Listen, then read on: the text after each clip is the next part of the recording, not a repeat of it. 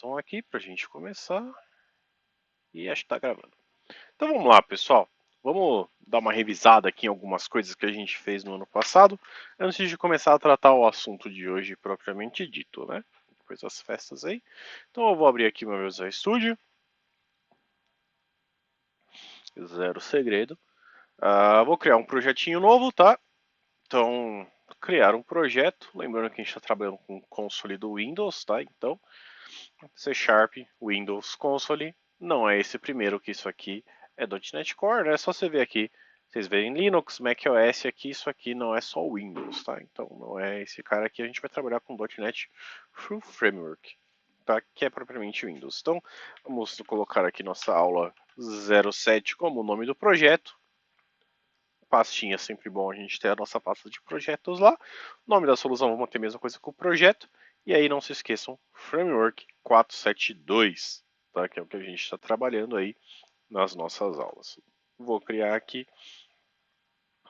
Ele vai carregar algumas coisinhas, vai subir para a gente o Visual Studio.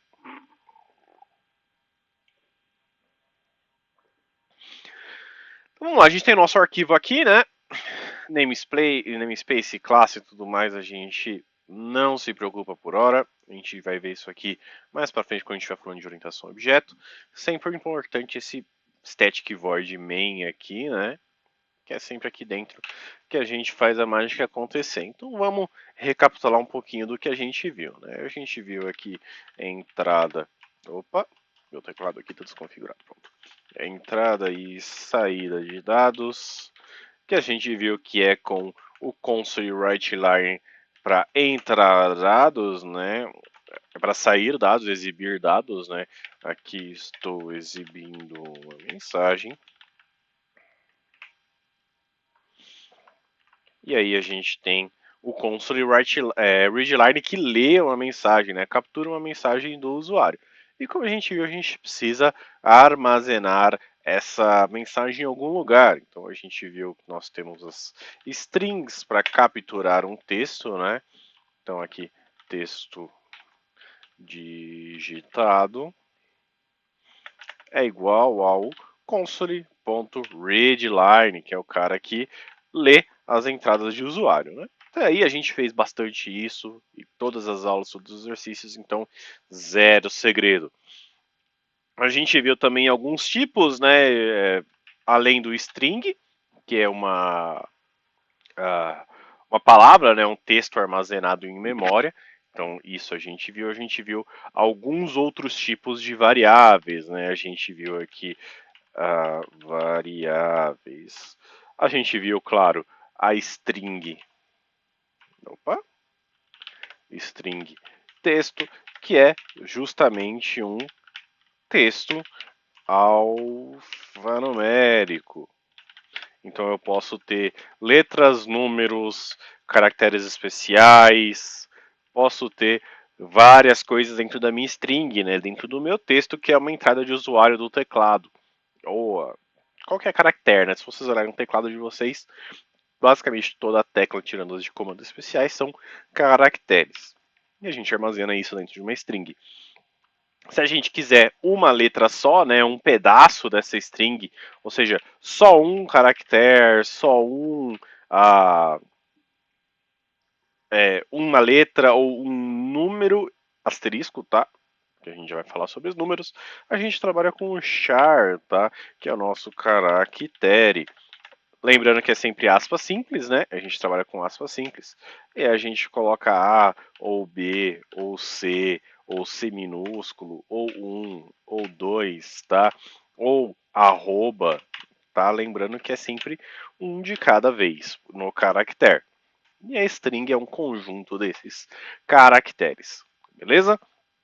A gente viu também números, né? Como a gente trabalha com números, a gente viu que nós temos os inteiros, número inteiro, que é quando a gente trabalha com numerais, sem problemas. Inclusive a gente pode ter inteiros negativos, tá? Sem segredo quanto a isso. A gente viu também que quando a gente trabalha com números muito grandes, a gente trabalha com um long, né? Que é um número grande.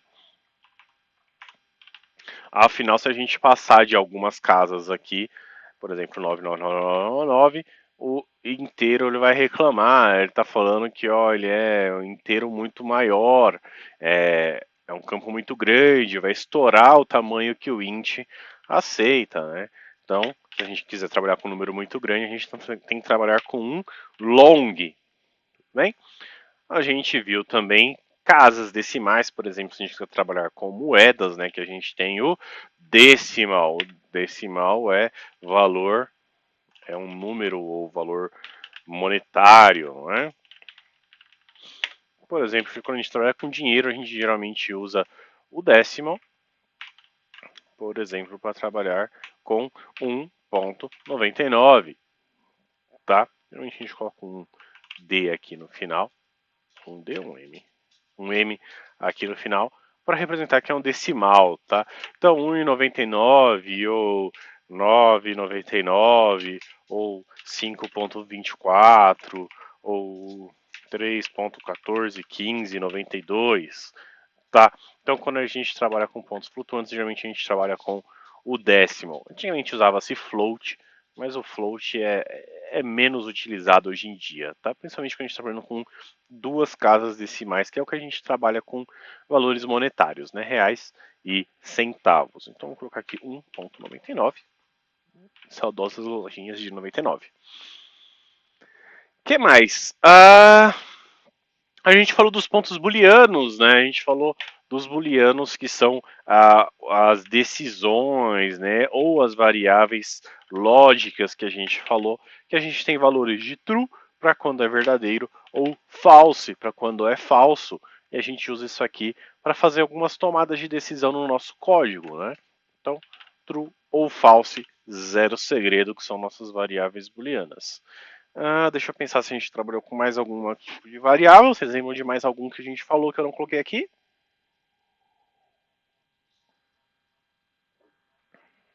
var, eu acho. Boa! Tem essa também, obrigado André. Que quando a gente não quer colocar explicitamente o tipo aqui, né? Se é uma string, se é um char, se é um int, se é um long, a gente pode deixar o nosso compilador decidir pra gente, né? A gente pode deixar o Visual Studio ou o .NET Compiler, como vocês queiram chamar, decidir para a gente. Então a gente pode colocar, por exemplo, var variável. E o var vai decidir para a gente. A única coisa é que a gente tem que definir alguma coisa que a gente tem que inicializar com algum valor. Enquanto, por exemplo, se a gente tiver uma string, eu posso colocar aqui texto 2 e fechar sem problemas e o compilador não vai reclamar para mim se eu fizer isso aqui. Isso não é verdade quando eu estiver usando tipos implícitos, tá? Ou seja, um var aqui ele não deixa, ele deixa vermelhinho aqui porque ó, variáveis de tipo implícito devem ser instanciadas. Eu preciso dar um valor inicial para ela, justamente para o compilador saber o que ele vai armazenar lá na memória, né? Qual é o tipo que ele vai armazenar lá na memória. Então, por exemplo, eu posso colocar aqui meu nome, por exemplo, Fázio. E aí isso aqui funciona. Por baixo dos panos, se eu colocar o mouse aqui, ele vai ter transformado isso aqui numa string, olha lá, o string texto 2. Porque o var eu coloco para deixar o compilador decidir o tipo de variável para mim, para não me preocupar com o tipo de variável, tá? Da mesma forma, esse var2 aqui ele virou uma string que eu coloquei um valor de string depois do igual. Eu instanciei, eu inicializei o valor dessa variável texto2 com uma string. Eu posso vir aqui e colocar um número, por exemplo, tá? Então, 2023. E aí vocês vão ver que aqui ele já converteu para int essa variável. Não é mais um string, essa variável é um int, porque eu inicializei ele com o valor int. Detalhe, tá, pessoal? Isso acontece só na instância da minha variável, só na declaração da minha variável. Eu não posso vir aqui como acontece em algumas linguagens, tipo JavaScript, tá? Eles até deixam você fazer isso, TypeScript, algumas linguagens que não são fortemente tipadas, como a gente chama, tá? Eles deixam, por exemplo, eu vir aqui e fazer isso. Eu instanciei uma var com um valor inteiro, tá? E depois tentando botar uma string dentro. Ele não deixa. Ele fala, não posso converter isso aqui de string para int. Se esse cara aqui é um inteiro, ou seja, se na instância dele, quando eu criei ele, ele é um valor inteiro, perdão, ele sempre vai ser inteiro, tá bom? Eu não consigo jogar um valor de string dentro do inteiro, isso não é verdade, tá? Ah, Lúcio, mas você declarou isso aqui como var.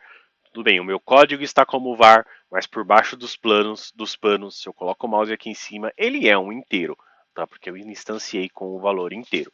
Então, isso aqui eu não posso fazer, eu não posso usar o inteiro numa hora e tentar colocar uma string em outra hora, tá? Ele não deixa fazer isso, tudo bem? JavaScript você conseguiria fazer isso porque ele não é fortemente tipado, como a gente chama. O C Sharp ele é uma linguagem fortemente tipada, ou seja, uma vez que você declara os tipos, ele mantém os tipos para sempre. Tudo bem? Então a gente tem aqui, por exemplo, o var que eu posso declarar dessa forma, um var. Deixa eu colocar um texto aqui, por exemplo, Lúcio, eu posso colocar um texto 3 aqui. Na verdade, eu vou colocar um número 2 aqui. Eu posso colocar, por exemplo, um número aqui. Tanto o texto quanto o número, o compilador se vira para colocar a tipagem nele para a gente. Bom, então falamos um pouquinho de variáveis. Acho que a gente falou um pouquinho também sobre tomadas de decisões, né? A gente viu como controla o fluxo das aplicações, né? Então, por exemplo, a gente tem aqui de decisões. Então a gente viu o if else, né? Por exemplo, o if. Eu vou colocar aqui o meu número 2 for igual a. Opa! 2023 eu tenho o que? Console.writeline. Colocar uma mensagem aqui.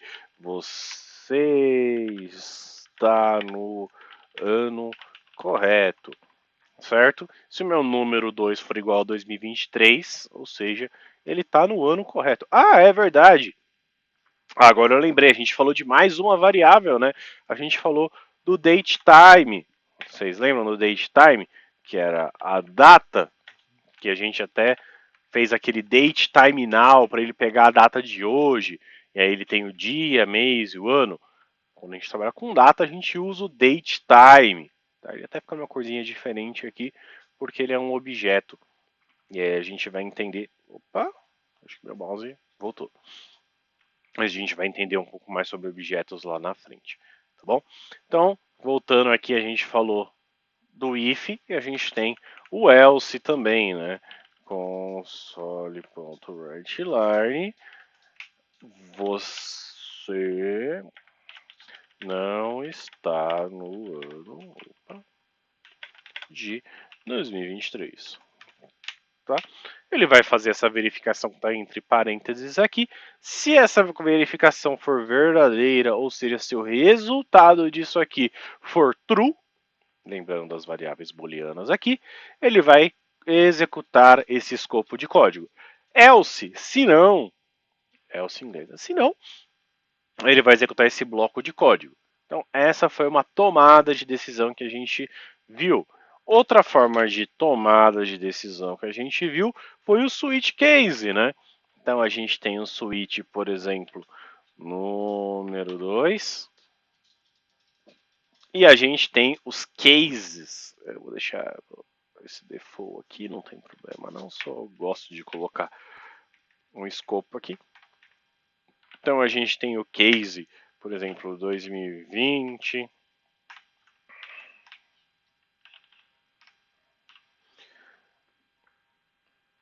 Vou fazer mais dois aqui.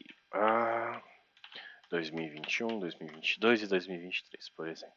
Então, 2021, 2022, 2023. Então ele vai fazer esta verificação aqui, né? Ele vai verificar esta variável aqui dentro do parênteses, que no caso é o nosso número 2.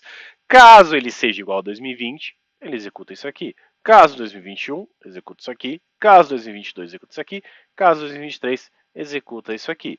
Então eu posso colocar aqui, por exemplo, você está no ano correto dentro de 2023. E aí, se eu quiser que todas essas outras executem a mesma condição, eu posso tirar o break aqui, como a gente até viu, e fazer com que todas elas executem a mesma coisa. Caso seja 2020, 21 ou 22, eu posso colocar aqui: você não está no ano 2023. Tudo bem? E o default aqui é para caso ele pegue algum ano diferente disso. Eu posso até tirar isso aqui, mas por padrão é bom deixar esse default aqui, porque se não for nenhuma dessas opções, ele cai no default. Tá? Então eu posso até colocar aqui uma mensagem, opa, CW, caiu no default. Tá bom? Então, a gente viu essas duas formas de fazer tomadas de decisões. Com o if else, tomada de decisão simples, quando eu quero escolher uma variável, escolher vários tipos de validação ou vários tipos de caminho para um valor de variável, eu posso usar o switch case, tá? Tudo isso aqui a gente viu, zero problema. Aqui a gente está falando de uma revisãozinha, né? Então eu vou até, opa, deu uma porrada no enter aqui, saiu a tecla. Então eu vou até criar aquela region que a gente usa para separar o código, né? Então, revisando. E aí eu vou fazer aquele esqueminha também de colocar o comentário. Então a gente vai colocar tudo isso aqui que a gente fez, eu vou colocar lá dentro do comentário para a gente começar a fazer as nossas brincadeiras da aula de hoje. Tá bom? Eu lembro também que a gente falou um pouquinho sobre substrings, tá? Trabalhando com strings, como é que a gente pega um pedaço da string, como é que a gente vê o tamanho dela e tudo mais. Mas acho que isso é um pouco mais tranquilo, tá? Não vem tanto ao caso agora. Das coisas que a gente viu no ano passado, ficou alguma dúvida? Alguma coisa ficou mais confuso? Vocês gostariam de perguntar ou podemos seguir em frente?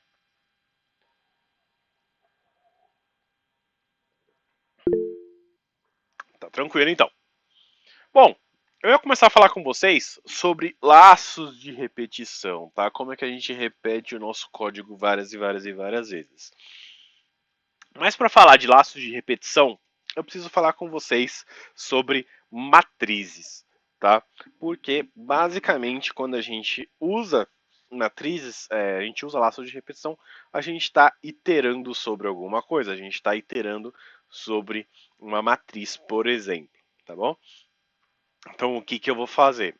Eu vou falar um pouquinho sobre matrizes, vetores e coleções, para ser mais exato. Por quê? Antigamente, tá? Quando a gente estudava ciência da computação, por exemplo, na minha faculdade de ciência da computação foi assim, a gente via alguns passos, tá?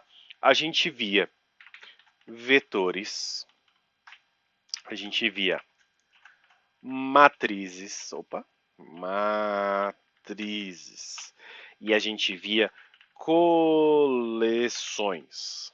Faltou um acento aqui, ó. Só que o que acontece, tá, pessoal? Vou ser bem sincero com vocês. Eu tô aí na área de programação faz uns 10 anos já, tá? Como desenvolvedor de software. Vetores e matrizes,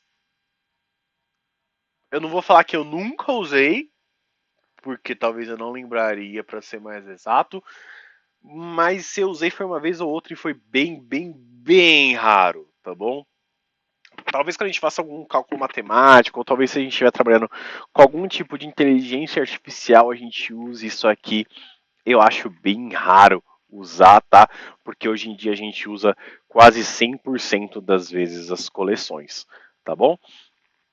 Vou dar uma palhinha para vocês os dois primeiros e a gente, para vocês entenderem, tá, como que é a evolução disso aqui. E aí a gente trabalha com coleções propriamente ditas, tá? Como eu disse, se vocês forem fazer a faculdade de Ciências da Computação, talvez o Matheus esteja fazendo análise de sistemas, entre alguma coisa de matriz, entre alguma coisa de vetor, mas no mundo real, tá? Entre aspas, né?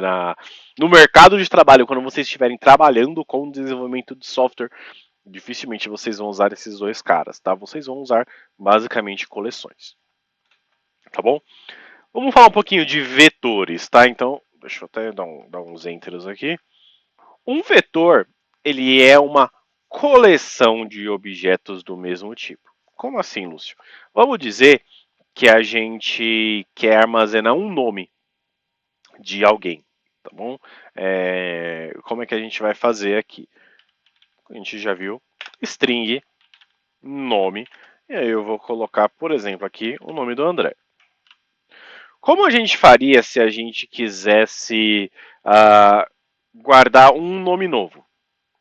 Mais um nome. O que a gente faria aqui?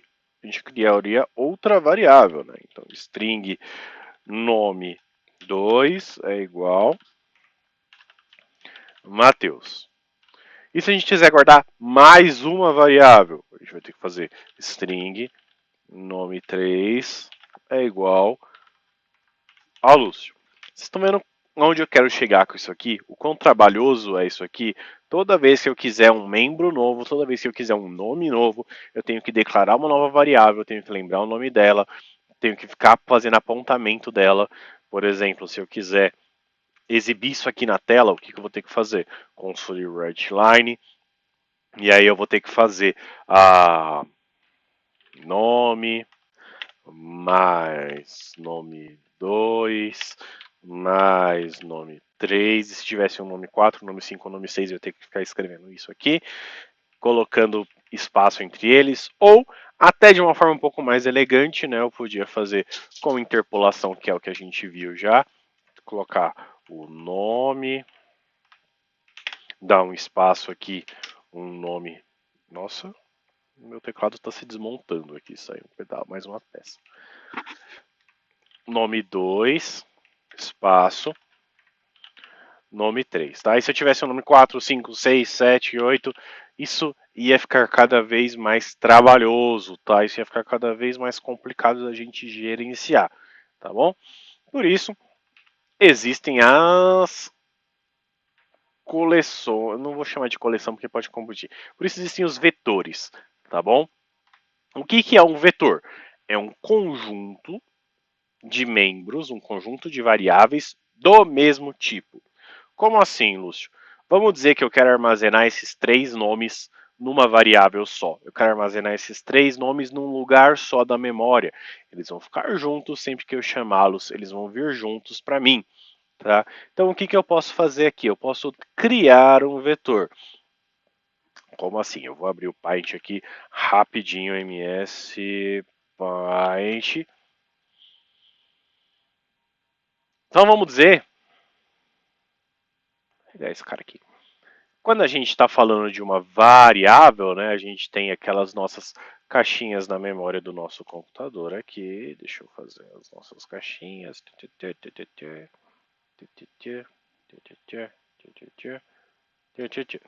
Quando eu tenho, por exemplo, uma variável do tipo nome, o que eu faço? Eu vou armazenando cada uma das variáveis em uma caixinha, né? Então, deixa eu mudar a cor aqui. Então, eu vou ter uma variável aqui, uma variável aqui, uma variável aqui, por exemplo. Então, vamos lá. Eu tenho, opa, esse brother aqui.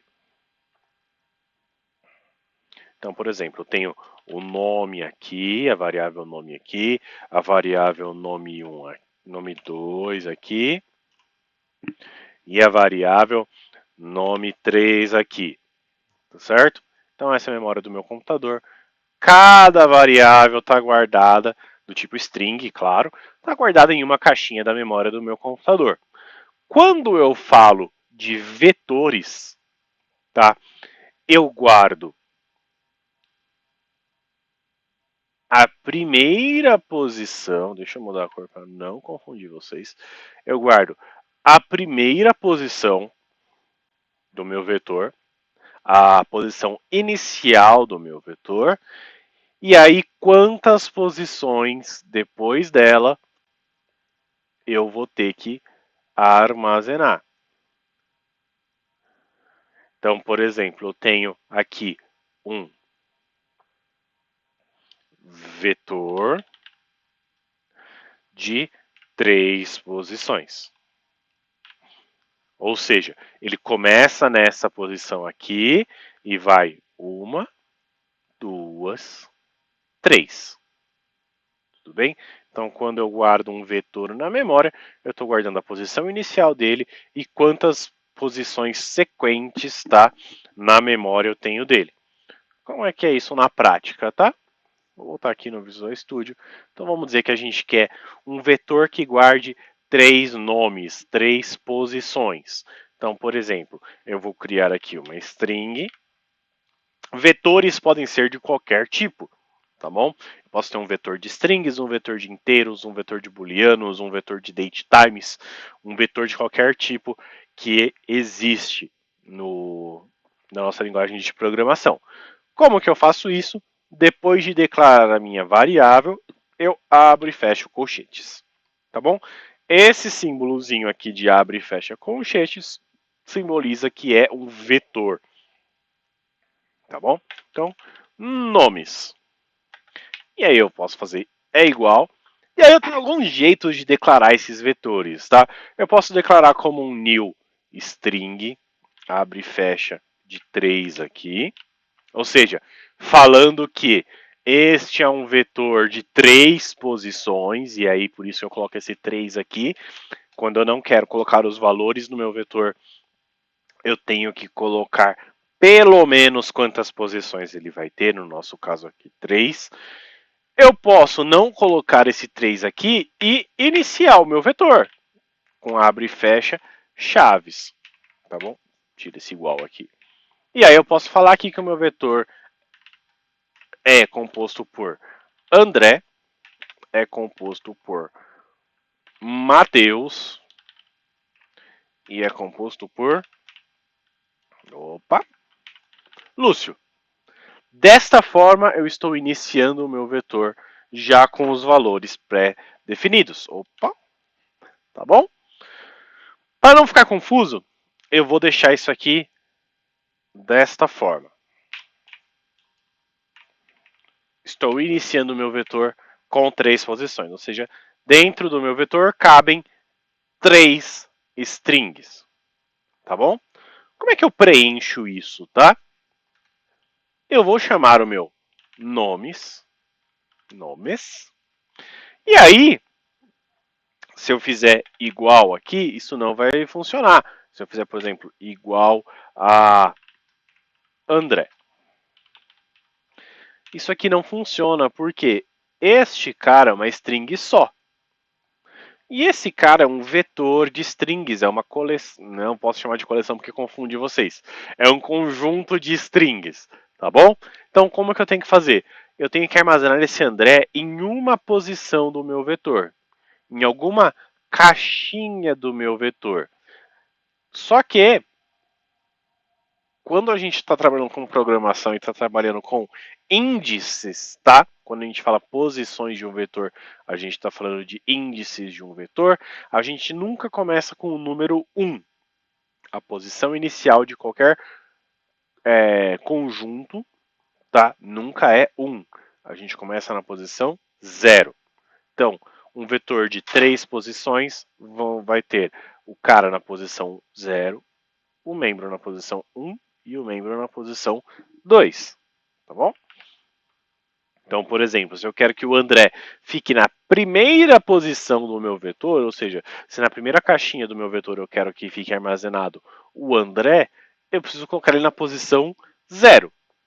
Para eu fazer isso, eu coloco o índice no colchete. Ou seja, o que eu estou falando aqui? Compilador, crie para mim um vetor de strings de nome nomes, tá bom? De identificador nomes, que vai ter o tamanho de 3 strings, ou seja, dentro dele podem ser armazenadas 3 strings, tá bom? E aí eu quero que você na posição 0, depois que eu declarei isso aqui começa a ser acesso, você armazene a string André. Beleza? Nomes de na posição 1. Matheus. Aqui na posição 1. E eu estou escrevendo Matheus aqui com TH, eu nem lembro se o nome é com TH. Tem os Matheus que não tem TH, mas é isso mesmo.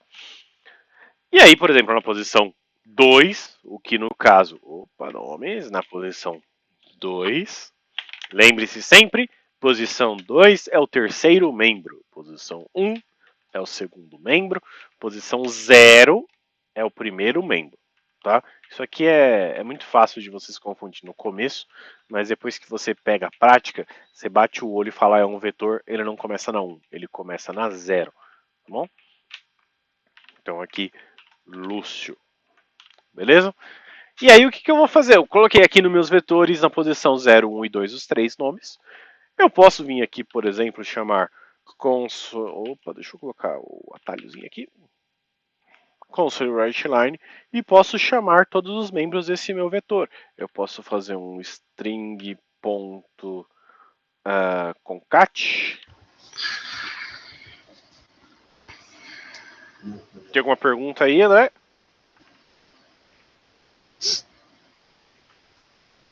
Não, eu mutei sem querer. Ah, então Desmutei tá sem bom. querer. Sem problema. Acho que não é o concat, não. É o join que eu quero. Isso. Posso dar um join aqui. Colocar um separador aqui de tracinho, que seja.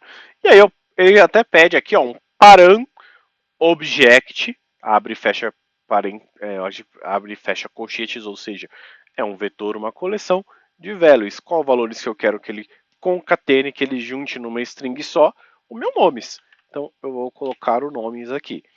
E aí vocês vão ver se a gente executando isso aqui.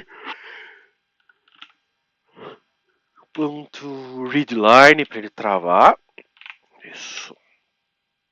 Se eu der um iniciar nesse cara aqui, vocês vão ver que ele vai exibir a primeira com espaços, que é esse cara aqui que a gente fez, e a segunda com tracinho, que é o nosso vetor, tá bom? Então, basicamente, quando a gente está trabalhando com coleções, a gente está trabalhando com vetores, a gente faz esses caras aqui, tá? Qual o problema de vetores? A gente tem que definir um valor inicial. A gente tem que definir uma casa inicial. Se eu, por exemplo, tento colocar um outro nome aqui, nomes na posição 3, vocês vão ver, não sei nem se o compilador vai deixar eu fazer isso. Provavelmente ele vai. Vou colocar aqui, ó, Gabriel. Olha o que vai acontecer. Eu declarei aqui um vetor com 3 posições. 0, 1 e 2. Eu preenchi a posição 0, eu preenchi a posição 1, eu preenchi a posição 2. Estou tentando preencher a posição 3, um quarto membro do meu vetor. Porém, eu não declarei que ele tinha 4 membros, eu declarei que ele tinha 3. Se eu executar isso aqui, olha o que vai acontecer.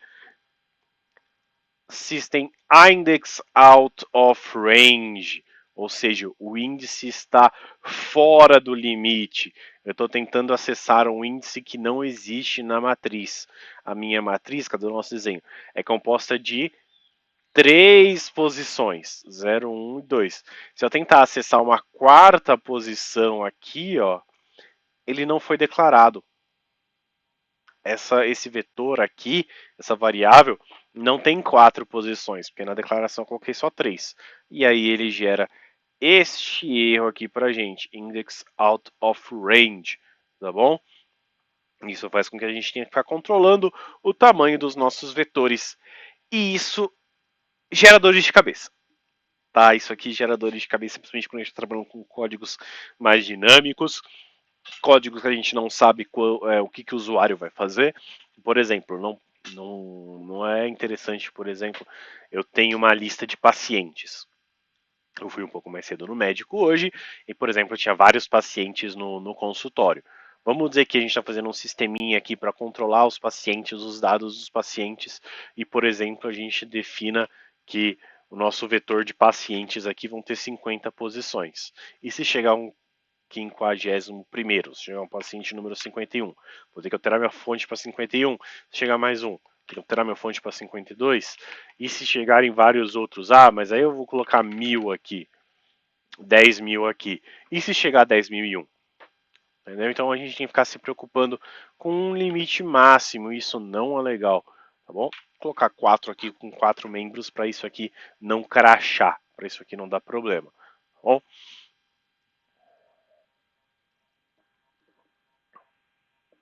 Tudo bem com vetores aqui, pessoal? Alguma dúvida quanto a vetores?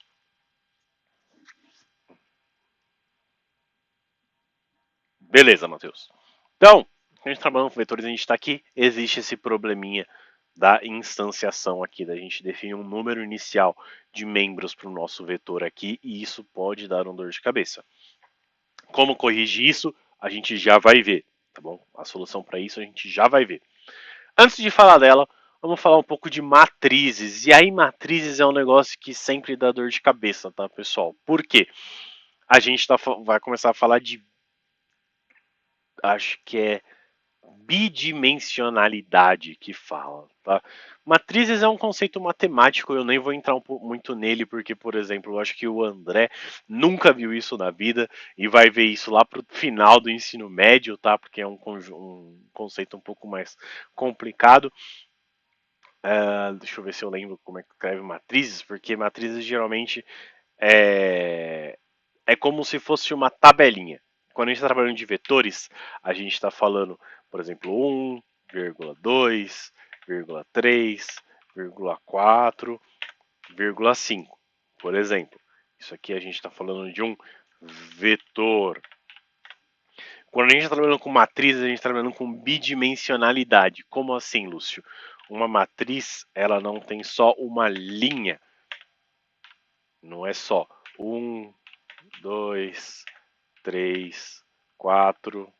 Opa, 3,4,5.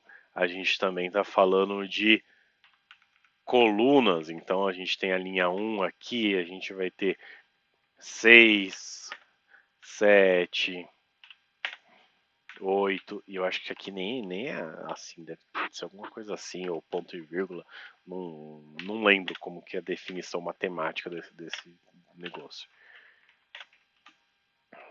A gente está falando de linhas e colunas, então, basicamente, um exemplo melhor de matriz, né? O Excel. Tá? Então, por exemplo, quando a gente fala de vetores, a gente está falando de uma linha. Quando a gente fala de matrizes, a gente está falando de linhas e colunas. Tá? Então, por exemplo, se eu quiser. Eu não sei se vocês já jogaram, mas existe um jogo bem antiguinho que é o Campo Minado. É aquele joguinho onde você posiciona seus barquinhos, né, num campo de guerra, né? E aí você tem que ir falando pro seu oponente, eu quero tirar uma bomba no B3. E aí seu oponente vai falar, tem um barco no B3, sim ou não? Se tiver, bomba. Se não tiver, é água. Eu quero tirar uma bomba no E7. Isso, tem o Bom Dia e Companhia que passava no SBT lá, que tinha que falar, E7, é bomba ou é água? É bomba, e aí você sabia que tinha uma embarcação aqui. Então, isso é basicamente uma matriz, tá, pessoal? É quando a gente trabalha com linhas e colunas, e aí a gente começa a, a complicar um pouco. Existem literaturas que chamam matrizes de vetores de vetores. É um vetor onde cada membro do vetor é um novo vetor. E isso é um pouco complicado, é um pouco chato de explicar. Eu acho que fica uma visão muito técnica e pouco útil, tá? Pouco objetiva. E eu vou ser bem sincero com vocês. Eu nunca usei matrizes no mundo real, entre aspas, né? No mercado de trabalho, eu nunca usei matrizes. Talvez existam sistemas onde você tenha que trabalhar com matrizes, mas eu nunca desenvolvi nenhum código que utilize matrizes, tá bom? Para vocês saberem como funciona, tá? Eu posso criar aqui uma matriz de strings, bem parecida com um vetor, só que a gente usa uma vírgula aqui. Por que isso? Tá? Então, vamos até chamar de campo minado. É um exercíciozinho que se usa muito, é você, com matrizes, é você criar um joguinho de campo minado, por exemplo, onde eu posso fazer um new string de colocar 4 por 4 aqui, tá? Só para exemplificar. Então, isso aqui é uma matriz de 4 por 4, 4 posições por 4 posições, ou seja, 1, 2, 3, 4, 1, 2, 3, 4. É basicamente isso aqui que a gente está fazendo, tá bom? Opa, cadê? Opa, todas as bordas. Então, quando a gente cria uma matriz de 4 por 4, é isso aqui que a gente está fazendo, 16 espaços, tá? Para que a gente usa isso aqui? Sei lá, vamos criar um campo minado aqui, um joguinho de campo minado rapidinho, para vocês entenderem, por exemplo. E onde a gente vai colocar, sei lá, uma embarcação em B2 e B3 e em C5, D5, por exemplo. Opa. E aí, como a gente pode fazer isso? Existem diversas formas da gente fazer isso, tá? Vamos dizer que todos os lugares que estiverem vazios são água e nos lugares onde tiver um X, por exemplo, vão ser lugares onde está a nossa embarcação. Tá bom? Então, por exemplo, eu vou querer que o meu campo minado, e aí eu falei campo minado e estou fazendo uma batalha naval, né? Estou confundindo dois jogos aqui. Então, em vez de campo minado, vamos chamar aqui de batalha naval. O campo minado é a mesma coisa. Antigamente no Windows tinha campo minado, né? Eu acho que nas versões mais antigas, mais novas do Windows, nem existe mais campo minado. Mas eu gostava de jogar bastante no saudoso Windows XP. Acho que até o Windows 7 ainda tem o campo minado, né? Que é aquele carinha da carinha feliz aqui, onde é uma matriz. Tem lugares com bombas e tem lugares seguros, né? Então, tem aqui o nosso saudoso campo minado, tá? Então, a nossa batalha naval aqui de 4 por 4 posições.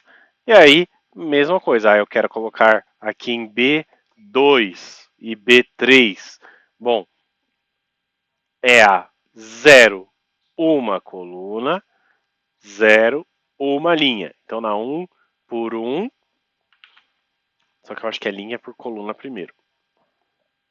Então, na minha batalha naval, eu quero que na posição 1,1, opa, vírgula 1 tenha uma letra X, por exemplo, que é marcando aonde vai ter o nossa primeira embarcação. E aí aqui na posição 1, 2, 3 por 1, opa, 0, 1, 2 por 1, né? Eu também quero que tenha. Então, batalha naval na posição 2 por 1. Eu quero que também tenha um X, por exemplo, tá bom? E aí, sei lá, aí como você vai fazer o jogo depende da sua criatividade. Você pode pedir para o usuário uma linha e uma coluna, né? E aí verificar se a batalha naval na linha tal, coluna tal, é igual a X. Então, por exemplo, você vai pedir para o usuário aqui console write line,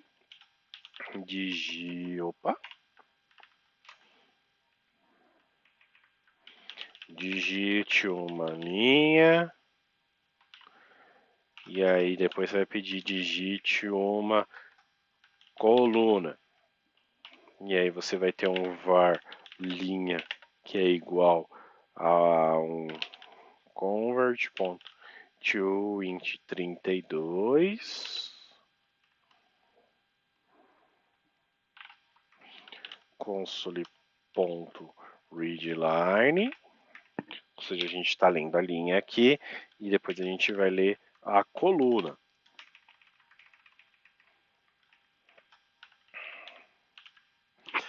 E aí a gente vai verificar. Então, if o meu batalha naval, em que posição? Na posição linha, vírgula, coluna for igual a x, ou seja, se a minha batalha naval na posição linha, coluna for igual a x, se o conteúdo for igual a x, você acertou. Então aqui a gente pode até colocar aqui uma mensagenzinha para o usuário. Você acertou. Se não, a gente coloca uma mensagem aqui. Tiro na água. Ou seja, o usuário vai digitar aqui para a gente. Posição 2 ou 3, 2. Então 1, 2, 3, 1, 2. Então em C2 ou 2, 1, né? Linha por coluna. Então, segunda linha, terceira coluna. 1,2. No 1,2 ele vai ver que não tem nada, né? Só tem no 1 e no 2, 1. E aí ele vai ver, essa posição tem o conteúdo igual a x? Não tem, tá vazio, né? Ele vai falar que é um tiro na água, tá bom? Sendo bem sincero com vocês, eu só usei matrizes na faculdade para fazer isso, basicamente. Tinha exercício de estacionamento, de você controlar, desenhar um estacionamento, um sistema de estacionamento, e aí você colocava os carros, e aí tinha que ver que vaga estava livre. Tinha exercício de campo de batalha naval, de campo minado, vários exercíciozinhos assim eu fiz na faculdade com matrizes, tá? Ah, aí tem 10 minutos, termina aqui, a gente abre uma nova sala. Mas, como eu falei para vocês, no mercado de trabalho mesmo, eu particularmente nunca usei matrizes, mas é bom para vocês saberem. Tá? Vai que vocês vão virar uns pesquisadores aí, uns desenvolvedores de uns sistemas bem loucos aí que usam esses caras, tá bom? Então eu vou colocar isso aqui dentro de caixinhas, tá? Então dentro de regiões, region vetores, e aí eu vou colocar aqui um end region para a gente falar de vetores e vou até deixar isso aqui comentado para vocês terem. Tá? Matrizes aqui também eu vou deixar o region matrizes e aí vou deixar aqui aquele end region bonitinho para vocês terem aí uma consulta rápida de como trabalhar com vetores e como trabalhar com matrizes, tá bom? Mesma coisa, tá? Matriz você tem que definir o tamanho dela no início. Você tem que definir qual é a largura e a altura dela, ou qual é o eixo X e Y, enfim, como vocês queiram chamar, na declaração, tá? No início dela. Senão, não vai funcionar, tá bom? Vocês não conseguem aumentar ou diminuir o tamanho dela conforme for. Que mais? A gente tem também vetores, matrizes, tá. Antes da gente começar a falar de coleções e como que a gente resolve esse problema aqui de ter o tamanho fixo, vamos parar aí 5 minutinhos para tomar uma água. A gente está quase uma hora já vendo as linhas de código aqui, né? Parar uns 5 minutinhos para tomar uma água enquanto eu derrubo essa sala. Aí eu crio uma sala nova, porque senão daqui a pouco ele vai derrubar a gente e já envio o link para vocês. Beleza? Alguma dúvida quanto a matrizes e vetores até agora? Pode falar. Não entendi, foi muito rápido. Pode falar. Sem dúvidas. Sem dúvidas, beleza. Então vamos parar aí uns 5 minutinhos. Às 11 horas a gente volta e eu mando o link novo para vocês. Beleza? Deixa eu Ok. parar a gravação aqui. Prontinho. Então, pessoal, como que a gente resolve os problemas, tá? Que a gente tem tanto na matriz quanto ah, na no vetor, principalmente no vetor, que é o que a gente vai usar mais, tá? O que a gente usa mais. de forma mais simples, tá? Vou falar bastante de vetores, tá? Porque a gente tem um pouco uso para matrizes, mas vetores a gente tem alguns problemas, por exemplo. Se a gente quiser ordenar ele, tá? A gente tem vários nomes, quer colocar em ordem alfabética, ou tem vários números e quer colocar numa ordem do menor para o maior, a gente tem alguns problemas, a gente tem que fazer alguns códigos para isso, a gente tem que ficar olhando índice por índice, ver se é maior, se é menor. Então, existe alguns probleminhas aí, existe alguns problemas de sorte, tá? De ordenação também. Mas um dos maiores problemas, como a gente falou, é esse valor fixo, tá? O tamanho fixo. Existem várias formas de resolver isso, tá? A mais comum, a que a gente mais usa, tá? É usando listas, tá? E por que a gente vai falar lista e não vai falar, por exemplo, fila ou pilha, tá? Parece a mesma coisa, pessoal, mas existem algumas diferenças, tá? Quando a gente está trabalhando, novamente eu vou dar o exemplo de quando eu estava lá no curso de Ciências da Computação há 10 anos atrás, basicamente, quando a gente falava de estrutura de dados, tá? Todos esses aqui eles já são estruturas de dados, tá? Então, estrutura de dados. A gente tem o vetor e a matriz.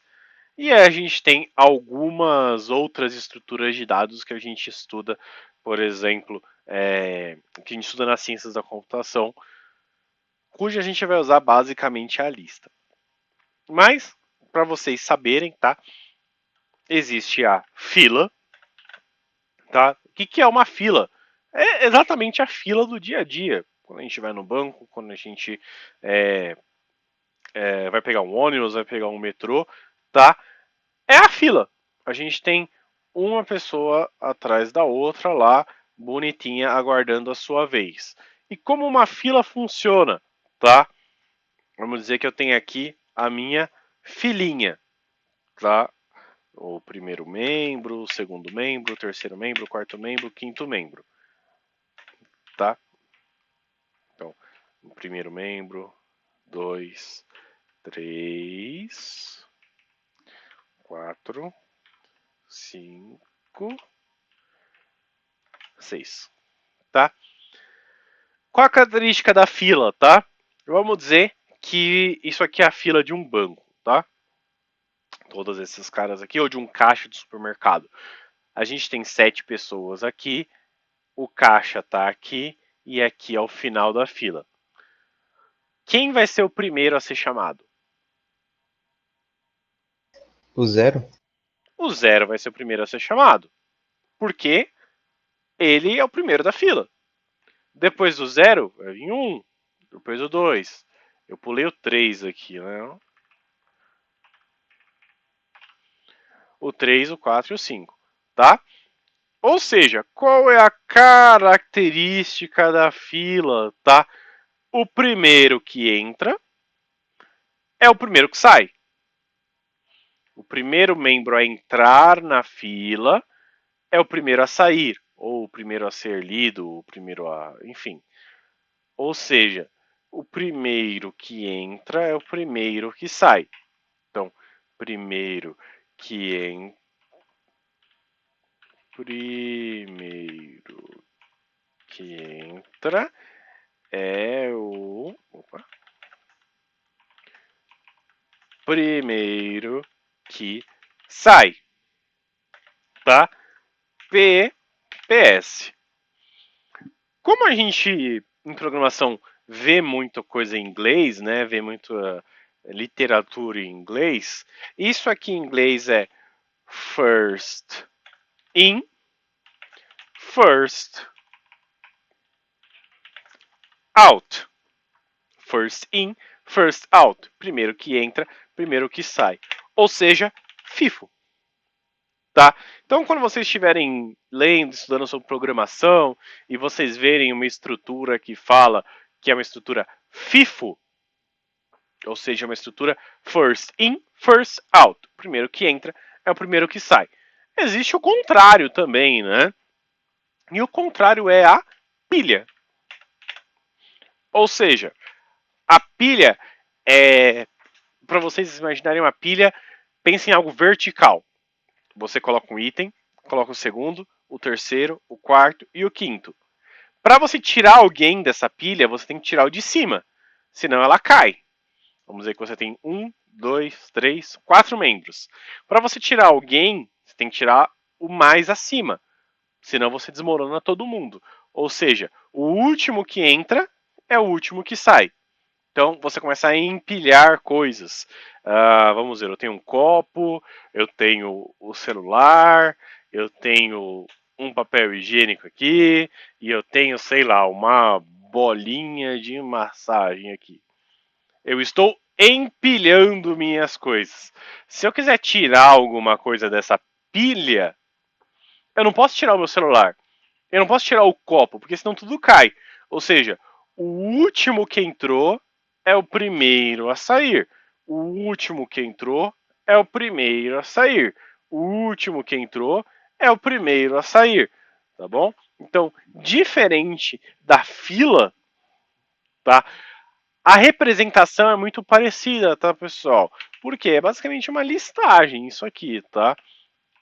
Então eu tenho aqui 5, 4, 3, 2, 1, 0. Tá? Mais ou menos ao contrário, tá? Por quê? Aqui a gente já está falando de último que entra é o primeiro a primeiro que sai, tá? E aí existem várias terminações para isso aqui, tá? A gente tem o last in, first out, tá? Ou seja, LIFO, last in, first out. O último que entra é o primeiro a sair. Tem literatura que eu já vi falar de filo, que é first in, last out. Só que aí vai confundir, então eu acho que é mais fácil da gente lembrar de LIFO. Last in, first out. O último que entra é o primeiro a sair. Sempre vocês lembrarem, traem empilhando um em cima do outro. Para tirar alguma coisa, eu tenho que tirar o último que entrou. O último que coloquei é o primeiro a sair. Então eu estou empilhando alguma coisa. Tá bom? Tem isso em C Sharp? Tem. Tem utilidade? Novamente, em 10 anos de programação, eu acho que eu nunca usei nenhum dos dois no mercado de trabalho. Eu nunca usei em nenhum software que eu desenvolvi filas e pilhas, mas existem, tá? O que a gente vê muito é um cara muito parecido com o vetor aqui, que é a lista. E aí a lista nada mais é do que um conjunto de caracteres, um conjunto de alguma coisa. A, B, C, D e E. Sei lá. É uma lista, tá? Não tem essas mesmas características de fila e pilha aqui. É basicamente um vetor, tá bom? Só que a lista ela tem algumas coisinhas a mais pra gente, tá? Algumas características a mais. Como assim? Vamos voltar aqui no nosso fonte, tá bom? Uma diferença é que, enquanto para usar vetores, a gente tem o colchete aqui, e matrizes, tem o colchete vírgula aqui, a gente não precisa chamar nada, ou seja, isso é nativo do C Sharp, tá? Isso vem no pacote básico do System aqui do C Sharp, ou seja, faz parte do sistema. Para a gente usar coleções, a gente precisa fazer uma configuraçãozinha antes, tá? A gente precisa chamar uma biblioteca. Quando a gente estiver trabalhando com orientação a objeto, acho que semana que vem a gente começa a entrar um pouquinho em orientação a objeto, tá? A gente vai entender o que são esses usings aqui em cima. Por hora, basta entender que tudo que a gente vai usar no nosso código, a gente tem que chamar aqui em cima, tá? Todas as DLLs, todas as referências de sistema que a gente vai usar no nosso código, a gente tem que colocar aqui em cima, tá? E aí, ó, ele já está até aqui, ó, System Collections Generic, tá? Existem algumas fontes onde, por exemplo, vai ter só o System aqui. Isso funciona, tá, pessoal? Se vocês usarem só coisas que são nativas do sistema. Mas, para a gente usar as nossas coleções, a gente precisa chamar o system.collections.generic, tá? Ou só system collections geralmente funciona, tá bom? Por quê? A gente vai usar um cara chamado list. Opa, list. Olha lá, o system collection generic. Quando eu dou um enter, ele até colocou aqui para mim automaticamente, então eu vou deixar o dele. List, que é a minha lista, tá? Ele até deu um new list aqui. O que acontece, tá, pessoal? A lista ela precisa ter um subtipo, tá? Quando a gente coloca no vetor aqui, a gente coloca o tipo forte, né, que é uma string, e abre e fecha colchetes para simbolizar que isso aqui é uma coleção, é um vetor de strings. É um vetor de strings, tá? Ou um vetor de inteiros, um vetor de booleanos, que seja. A lista é bem parecida. A gente precisa dar um tipo para essa lista, tá? A gente precisa falar, compilador, essa lista, essa listagem é de algum objeto. É uma lista de strings, é uma lista de inteiros, é uma lista de datas, é uma lista de booleanos, por exemplo, uma lista de objetos. E a gente coloca entre esse sinal de maior e menor aqui, ó. Entre esse sinal de menor e maior, na verdade, a gente coloca o tipo que a gente quer. Por exemplo, uma lista de strings. Desse jeito, tá bom? Vou chamar aqui, ó, bem parecido com nomes, tá? É uma lista de strings, tá? Uma coisa interessante, pessoal, e uma coisa bem legal que faz com que a gente use muito listas, tá? Desse jeito, é eu não preciso colocar o número. Eu não preciso colocar quantos nomes são. Eu não preciso colocar quantos membros são. Por quê? A lista, ela pode ter. Eu não vou falar valores infinitos, não vou falar membros infinitos, porque, claro, depende da memória do seu computador. Tá? Depende da memória da máquina que vai estar executando. Porém, eu posso colocar quantos eu quiser. Tá? Eu não preciso declarar um valor inicial, um tamanho inicial. Como assim, Lúcio? Por exemplo, eu vou chamar nomes. Ó, o Zé já até me ajudou. Ó. Ponto add. Adicione. Add é do inglês adicionar. Ponto add, ou seja, eu vou adicionar um nome. Ó, André. Opa. Só com isso ele já adiciona um nome. Eu não preciso nem me preocupar em posição de memória. Eu não preciso mais fazer lembrar dessas posições aqui, ó, que no vetor eu tinha que lembrar. Eu não preciso mais colocar o índice que eu quero acessar aqui, ó. Tá bom? Eu só dou um add. Posso adicionar mais de um? Posso adicionar mais de um. Nomes, ponto, add. Eu vou colocar aqui, ó. Matheus. Opa. Nomes, ponto, add. Lúcio. Nomes, ponto, add. Fulano. E eu vou colocando. Vou colocando quantos nomes eu quiser, tá bom?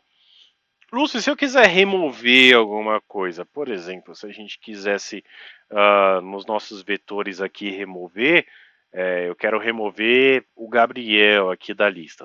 Ele faltou, então eu vou remover ele da listagem de nomes aqui. Eu teria que fazer algo como nomes na posição 3 é igual a vazio, por exemplo. Vai ter ainda um nomes na posição 3, só que o valor dele vai estar vazio, tá bom? Isso aqui se eu quiser remover alguma coisa. Perdão. Aqui eu não preciso me preocupar mais com isso. Por exemplo, se eu quiser remover o nome do Lúcio, eu não preciso nem saber em que posição que ele tá, para falar a verdade. Eu posso fazer um nomes ponto remove e aí ele vai pedir um item. Eu quero que você remova o Lúcio. Dessa forma, o próprio compilador, o próprio C Sharp se preocupa em ver quem que é o membro Lúcio. Ah, é o terceiro cara aqui, ó. Tá na posição 2 e remove isso. O próprio compilador faz isso pra gente, a gente não precisa ficar se preocupando, tá? Então, isso já adianta bastante. Isso facilita bastante as coisas, tá bom? Quando a gente está usando listas. Outra coisa legal que a gente pode ter aqui também, tá? Que a gente... Exatamente, Matheus, ele remove. Ele não vai ter, e aí eu vou até fazer uma coisinha aqui para a gente ver isso aqui funcionando, tá? Eu vou dar um console.writeLine, o meu string.join, e aí eu vou colocar separando por espaço mesmo. Opa, a minha lista, né, os meus nomes aqui. Opa. E também vou colocar um console.writeLine. Deixa eu colocar antes. Vou colocar o tamanho aqui, ó. Nomes.count. O count ele mostra o tamanho da minha lista, tá bom? Então, ó, eu vou fazer isso, vou remover o Lúcio e depois vou fazer a mesma coisa. Vamos ver como que fica. Ó lá, deixa eu colocar lado a lado aqui para vocês entenderem. O que ele fez aqui? Criei uma lista nova, adicionei 4 caras. Então exibe para mim o count dessa lista. O count dessa lista é 4, ou seja, possui 4 membros. André, Matheus, Lúcio e Fulano. Eu dei um remove no Lúcio. Quanto que é meu count? O count agora é 3. André, Matheus e Fulano. Ou seja, o remove, ele remove o membro da lista. E aí eu não preciso nem me preocupar, por exemplo, no vetor. Deixa eu fechar aqui. No vetor a gente tem esse problema. Por exemplo, se eu quero remover o membro 1 aqui, o Matheus, do vetor, ele continua tendo 4 membros, e se eu tentar exibir isso, ele vai exibir André, espaço em branco, Lúcio e Gabriel. Por quê? Esse membro aqui, ó, eu tirei agora, tá com espaço em branco. Se eu quiser fazer isso, eu vou ter que fazer uma interação nesse vetor, ver o primeiro membro está vazio? Não. O segundo membro está vazio? Tá. Então pega o conteúdo do terceiro membro e coloca no segundo membro. O terceiro membro está vazio? Tá. Então pega o conteúdo do quarto membro e joga no segundo membro. Tem que fazer isso para reordenar, para tirar os espaços vazios do meio da minha lista, do meu vetor, para ficar jogando o último sempre uma posição antes. A gente tinha que ficar fazendo todo esse controle que é cansativo e é trabalhoso. A lista não. Eu removi um cara aqui do meio, ó, removeu. Já automaticamente faz esse crop, né? Tira esses espaços vazios do meio que a gente tinha que ficar desfragmentando, né, o nosso vetor. O Windows, às vezes, a gente precisa fazer isso no nosso computador, que é o desfragmentador de disco. Lá, o que é desfragmentar? O nosso disco rígido, o nosso HD, ele tem ele não vai mostrar aqui. Ele tem várias caixinhas, né, onde armazena informação. Conforme a gente move arquivo, deleta arquivo, copia e cola arquivo, tal, essas caixinhas vão ficando com espaços em branco, né, com uma prateleirazinha com várias caixinhas. Eu tenho alguma coisa na primeira, na segunda, nada na terceira, alguma coisa na quarta, nada na quinta. Então vão ficando espaços em branco, caixinhas vazias. Para o nosso computador ficar mais rápido, funcionar melhor, seria bom que todas estivessem preenchidas, que os espaços ficassem só no final. E aí o desfragmentador faz isso, ele vai movendo os arquivos, tirando esses espaços em branco, tá? Então, quando a gente trabalha com vetores, a gente tem esse problema de, por exemplo, ficar com espaços em branco aqui no meio do nosso vetor, e aí cabe a gente fazer esse tratamento para tirar esses espaços vazios, esses espaços em branco. Quando a gente está trabalhando com uma lista, não. O próprio C Sharp faz isso para a gente de uma forma muito mais simples, tá bom? Então a gente viu aqui como é que adiciona, como é que remove, como é que dá um count aqui, por exemplo, tá bom? Eu vou fazer uma coisa aqui diferente. Eu vou pegar o André e colocar no lugar do fulano aqui, puramente por para melhorar essa ordem aqui, tá? Deixar mais embaralhado. Outra coisa legal que a gente pode fazer aqui, tá? É ordenar. Por exemplo, essa minha lista aqui, ó, toda embaralhada, eu quero colocar ela por ordem alfabética. Eu quero que o primeiro membro dela seja o André, que começa com A, tá bom? Como é que eu teria que fazer isso num vetor? Eu teria que olhar a primeira posição, ver se ela é menor que a segunda, ver se ela é maior que a segunda. Se ela for maior que a segunda, eu troco elas de posição. E aí eu vou fazendo isso de uma em uma. Ou seja, nossa, será que eu lembro como é que faz isso aqui? Por exemplo, eu tenho o meu fulano, eu tenho o meu ah, Matheus, eu tenho o Lúcio e eu tenho o André aqui, ó. Tem esses 4 membros. Como é que eu colocaria isso aqui em ordem alfabética, tá? Pensando como um programa. Eu vou ter que analisar fulano. Fulano vem antes de Matheus? O F vem antes do M? Sim. Então eu mantenho ele nessa posição. O F vem antes do L, do Lúcio? Sim. Então eu mantenho ele nessa posição. O F vem antes do André? Não. Então eu vou ter que trocar eles de posição. Então eu criarei uma nova lista com André, Matheus, Lúcio e Fulano. Eu analisei a primeira. Opa! O meu mouse dando uma falhada aqui. Vamos, fio. Voltou. Isso para analisar a primeira posição. Aí eu vou analisar agora a segunda posição, que é Matheus. Matheus é menor que André? Não. Então mantém ele aqui. Matheus é menor que Lúcio? Não. Ah, é isso aí. Matheus é menor que Lúcio? Não. Então eu vou ter que trocar de posição. Aí a gente vai ter André, Lúcio, Matheus e Fulano. Isso a gente ainda está analisando o segundo membro. Então, estou analisando o primeiro membro aqui. Opa, aqui e aqui. Aí depois eu vou analisar o segundo membro aqui, aqui e aqui. Gerou isso aqui. Só que ainda tenho que analisar o segundo membro, porque eu não passei por todos. Então, o Lúcio é menor que o fulano, o segundo membro é menor que o fulano? É. Então, eu vou criar uma nova lista com André, fulano, Matheus e Lúcio. Aí eu terminei de analisar o segundo membro, porque eu cheguei aqui no final da minha lista. Legal, vamos analisar o terceiro membro agora. Tá.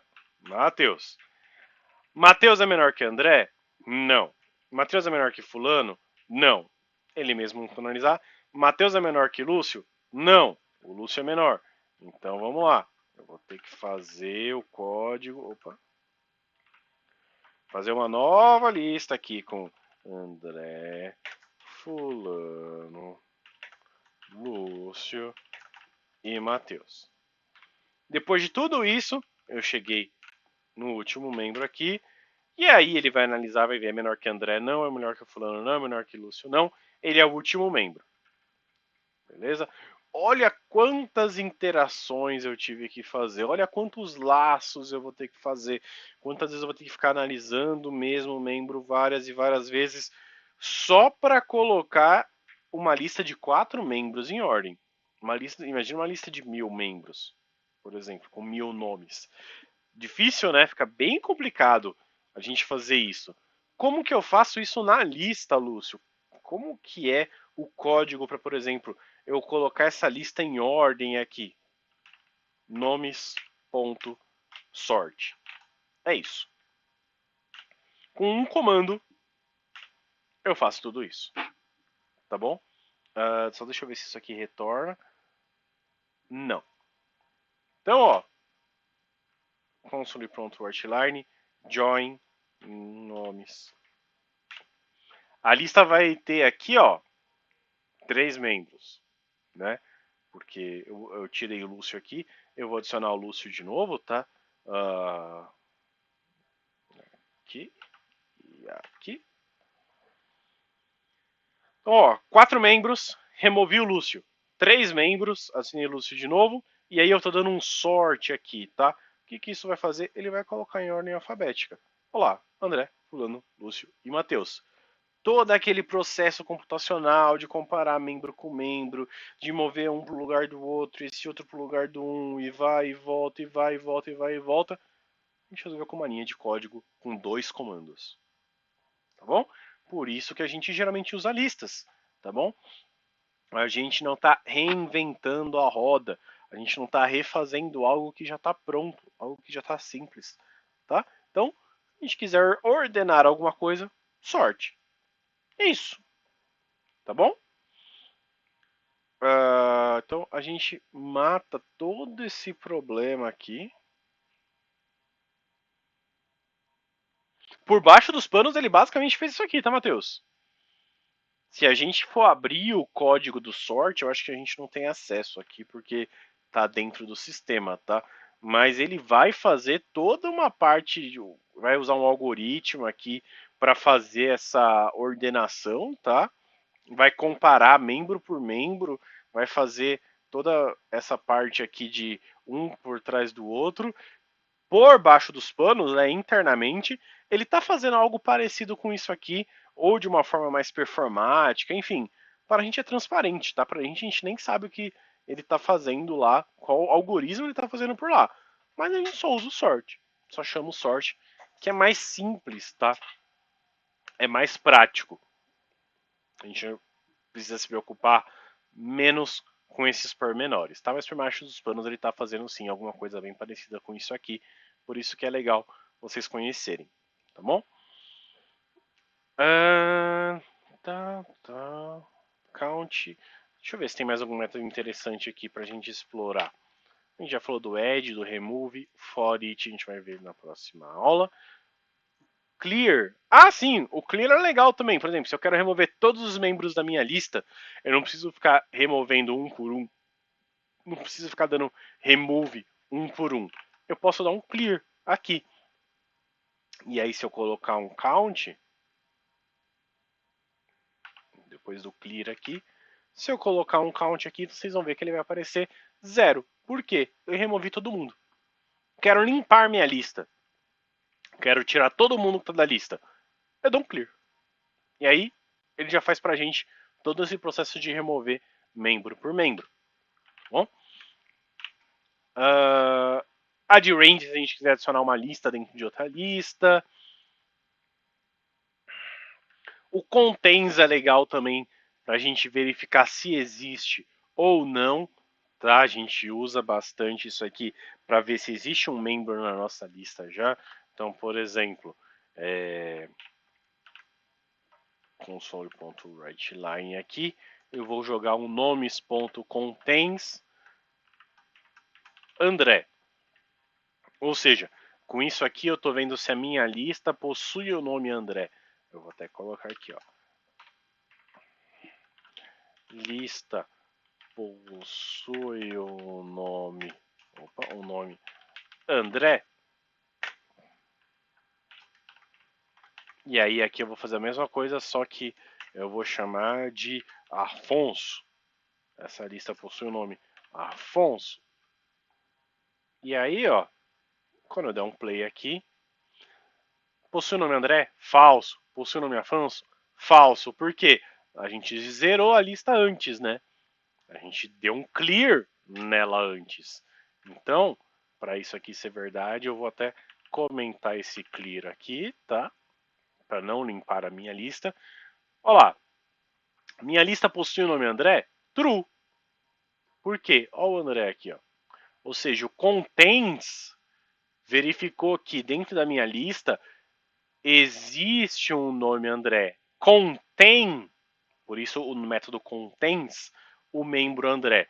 Ou seja, retorna true. Possui Afonso, ou seja, ele olhou a minha lista de nomes aqui e viu se algum membro é o Afonso. Não, nenhum membro é o Afonso. Eu tenho Fulano, Mateus, Lúcio e André. Não tem nenhum Afonso. Ou seja, ele retorna false. Eu não preciso ficar vendo membro por membro e ver se é André, membro por membro e ver se é Afonso, membro por membro e ver se é Lúcio. Não, eu só chamo um contains. Eu chamo uma coisa, um método que já faz isso para mim, já traz essa informação para mim, tá bom? Deixa eu ver se tem mais algum método que é legal a gente falar aqui. O exists é para ver se tem um elemento exatamente igual. O find é para retornar algum elemento.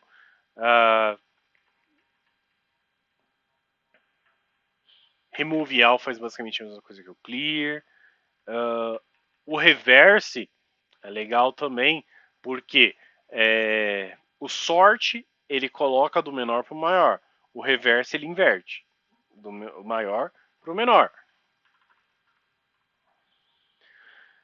E aí tem bastante método aqui, eu acho que eu não vou entrar em nenhum deles por hora, eu acho que esses aqui são os que a gente mais usa, tá bom? Legal, Lúcio. A gente viu aqui listas, a gente viu vetores, e aí como é que eu faço se eu quero passar membro por membro, tá? Como é que eu faço se eu quero executar um código para cada membro dessa lista, tá? Para cada membro dessa lista eu quero fazer alguma coisa. Aí sim a gente vai falar de interações, tá? Aí assim a gente vai falar de laços de repetição, tá? Para passar membro por membro. Por exemplo, eu quero que o fulano ele vire fulano de tal. Eu quero que o Matheus ele vire Matheus Souza. Eu quero que o Lúcio vire Lúcio Fázio, tá? Então eu quero editar cada um desses membros. Eu quero adicionar, por exemplo, que o fulano é o 01, o Matheus é o 02, o Lúcio é o 03, o André é o 04. Eu quero iterar, que a gente chama nessa lista, tá? Para isso a gente usa laços de repetição, tá? Estruturas de repetição. E é isso que a gente vai falar na próxima aula, beleza? Eu vou deixar aí uma liçãozinha de casa aí para vocês brincarem um pouquinho com os vetores. Matrizes, como eu falei, é mais acadêmico, tá, pessoal? Então eu nem vou perder muito tempo nem fazer vocês gastarem neurônio com matrizes, porque é legal vocês conhecerem. Provavelmente, Matheus, você vai ver isso aqui na faculdade, tá? Você vai ter exercícios com matrizes. Se já não teve, provavelmente você vai brincar um pouquinho com esses caras aqui na faculdade, especialmente estrutura de dados. Mas mercado de trabalho mesmo, quando vocês estiverem programando para uma empresa, programando algum código aí, algum aplicativo, é muito difícil usar matriz, tá? Sendo bem sincero com vocês. E aí, as listas a gente usa bastante. Isso aqui é arroz com feijão, a gente usa basicamente todo dia, tá? Listagens. Ah, então, ficou alguma dúvida, pessoal? Alguma coisa que vocês querem perguntar? Algum exemplo que vocês querem ver? Alguma coisa não ficou tão claro? Eu tentei ser um pouco mais dinâmico, mais rápido hoje. A gente tinha bastante coisa para ver. Podem perguntar, fiquem à vontade aí. Tudo certo. Tá dando para acompanhar? Tá tranquilo? Tá dando pra acompanhar. Então, beleza. Então, como eu sempre falo, vou deixar o vídeo aí depois gravado para vocês. Tentem dar uma reassistida com calma. Vão codificando também, fazendo. Tentem criar algum código aí de vocês. Eu vou ver se eu acho um exemplozinho legal, um exercíciozinho legal aí para a gente trabalhar com as listas. E na próxima semana a gente vê aí como é que a gente faz algumas interações com essas listagens. Tudo bem? Então, mais uma vez, pessoal, obrigado pela presença de vocês. Tiverem dúvida, alguma questão, alguma coisa, podem me mandar mensagem, fiquem tranquilos, tá? Fiquem à vontade. E semana que vem a gente se vê de novo. Beleza? Uma boa semana para vocês aí.